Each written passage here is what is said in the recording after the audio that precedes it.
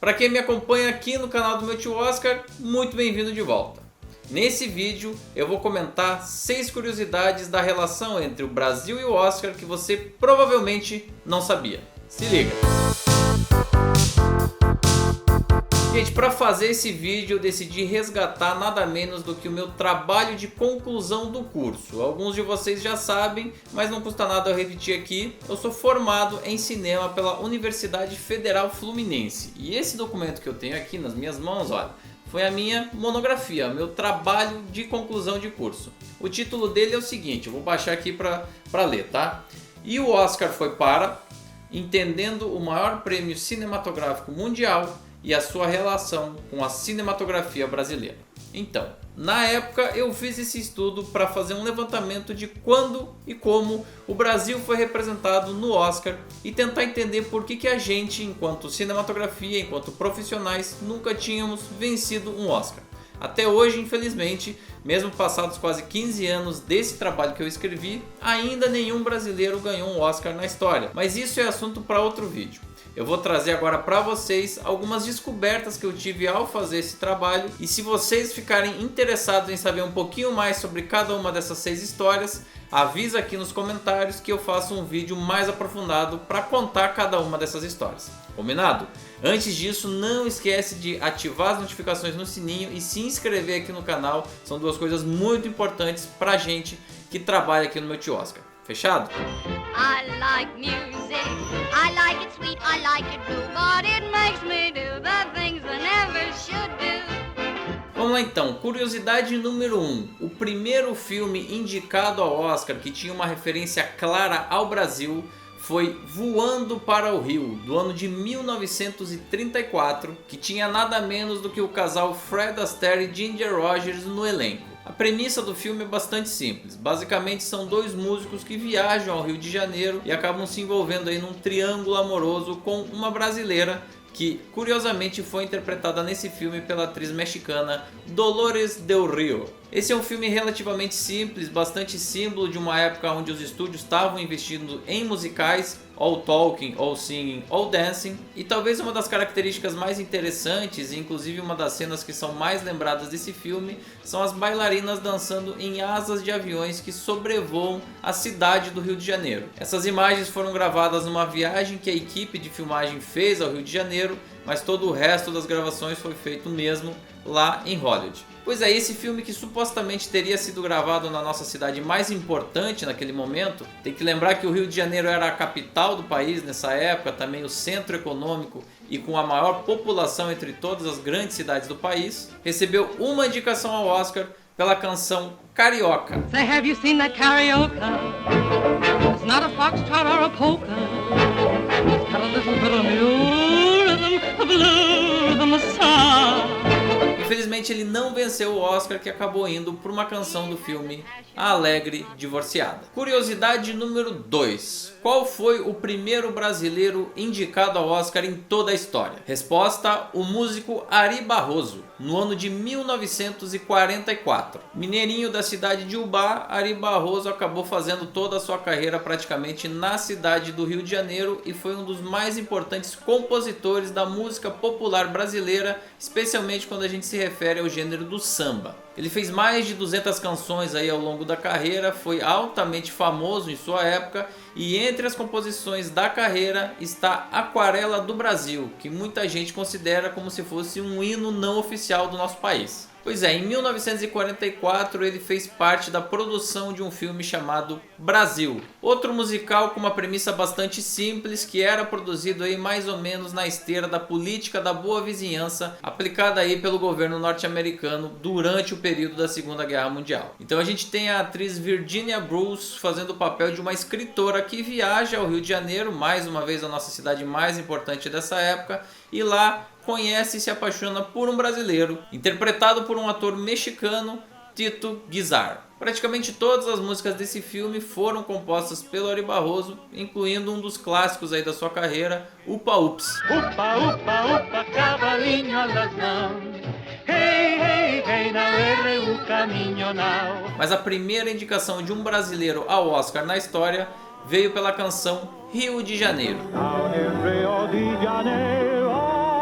Vamos, todo mundo. Cable Rio de Janeiro.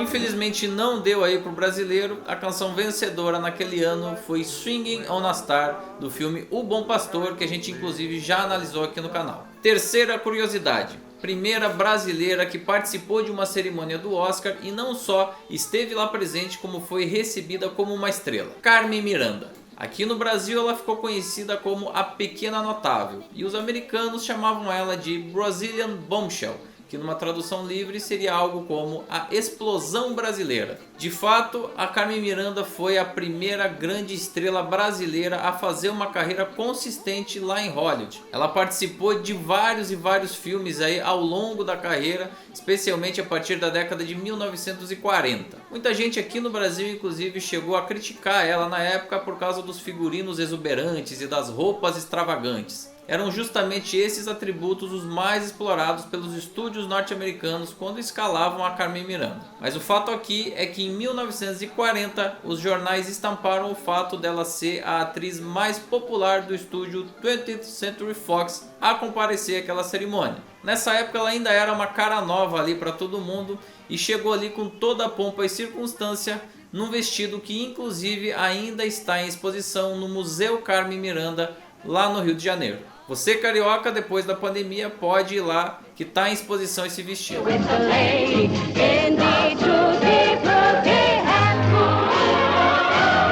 Quarta curiosidade na relação entre o Brasil e o Oscar, e eu acho que essa mais gente vai conhecer.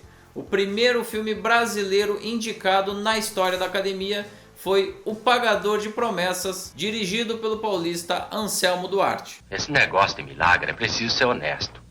Se a gente embrulha o santo, perde o crédito. Isso aconteceu em 1962 e ele vinha turbinado pelo prêmio que ele tinha recebido no Festival de Cannes. Inclusive, o único filme brasileiro na história a ter vencido uma Palma de Ouro no festival francês. O próprio fato dele ter vencido esse prêmio já foi uma coisa sensacional na época, até porque a competitividade daquele ano estava bastante elevada. O filme discorre sobre um humilde sertanejo chamado Zé do Burro, que para pagar uma promessa leva uma grande cruz em seus ombros até uma igreja na cidade de Salvador. Lá ele vai ter que enfrentar a prepotência do clero e o julgamento da sociedade, uma das obras mais notáveis aí do cinema brasileiro e que acabou inclusive abrindo as portas para os cineastas brasileiros naquela época. Ainda que o filme viesse aí com alguma força, ele foi derrotado na cerimônia para produção sempre aos domingos da França. Quinta curiosidade: quem foi a primeira brasileira a subir no palco para apresentar uma das categorias da cerimônia na história? Sônia Braga. Paranaense de nascimento, ela nasceu na cidade de Maringá. Certamente Sônia Braga é uma das atrizes brasileiras mais bem-sucedidas quando o assunto é carreira internacional nos Estados Unidos. Uma geração depois da Carmen Miranda, ela é provavelmente uma das atrizes mais bem-sucedidas nesse quesito e fez uma série de participações e papéis importantes lá nos Estados Unidos ou em coproduções internacionais. Em 1985, os olhos da crítica acabaram se voltando para ela em função da participação que ela teve no filme indicado ao Oscar de melhor filme, inclusive O Beijo da Mulher-Aranha, que tem coprodução brasileira. Esse prestígio todo acabou levando a Academia a convidá-la para apresentar o prêmio de melhor curta-metragem de ficção no ano seguinte, 1986. E assim, eis que surge a brasileira na transmissão internacional ao lado de ninguém menos do que Michael Douglas. I'm very happy. Sonia está muito contenta. Para finalizar esse vídeo, o sexto fato curioso. Quem foi o primeiro artista brasileiro a se apresentar musicalmente em uma cerimônia da Academia? Resposta: Sérgio Mendes. Ele que provavelmente foi um dos artistas mais proeminentes nos Estados Unidos em função da bossa nova e teve uma popularidade tão alta naquele país que chegou inclusive a conhecer pessoalmente o rei Elvis Presley no ano de 1971.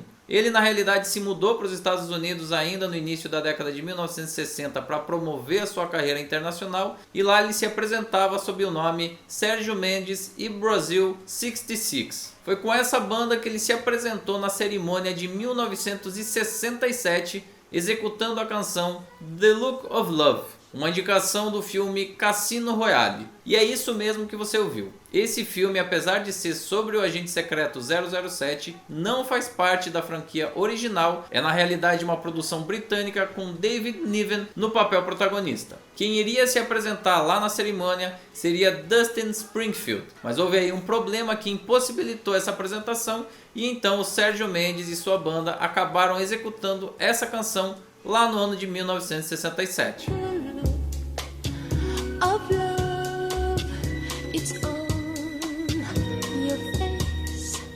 O mais curioso é que o Sérgio Mendes voltaria a ter uma relação íntima com a academia no ano de 2011, quando ele foi indicado pela canção Real in Rio da animação produzida nos Estados Unidos, mas dirigida pelo Carlos Saldanha, Rio. Ao lado de Carlinhos Brown, eles estiveram presentes na cerimônia daquele ano, mas nessa oportunidade as canções indicadas acabaram não sendo incluídas no show. E aí, gostou de saber dessas curiosidades? São alguns fatos aí que não são muito fáceis nem muito difundidos aí pela nossa mídia que eu achei legal trazer aqui para o canal. Faz o seguinte, qual história você quer saber mais um pouquinho? Quer que eu me aprofunde mais num outro vídeo mais para frente? Deixe o seu comentário aqui embaixo que dependendo aí das respostas eu posso produzir uma ou outra história com mais detalhes para vocês saberem de todo o contexto da época e a gente se aprofundar nas histórias mais pedidas por vocês. Combinado? Também não esqueça de se inscrever nesse canal, ativar o sininho com as notificações e claro, não perder nenhuma atualização aqui do canal. Te espero aqui para o próximo vídeo. Até lá!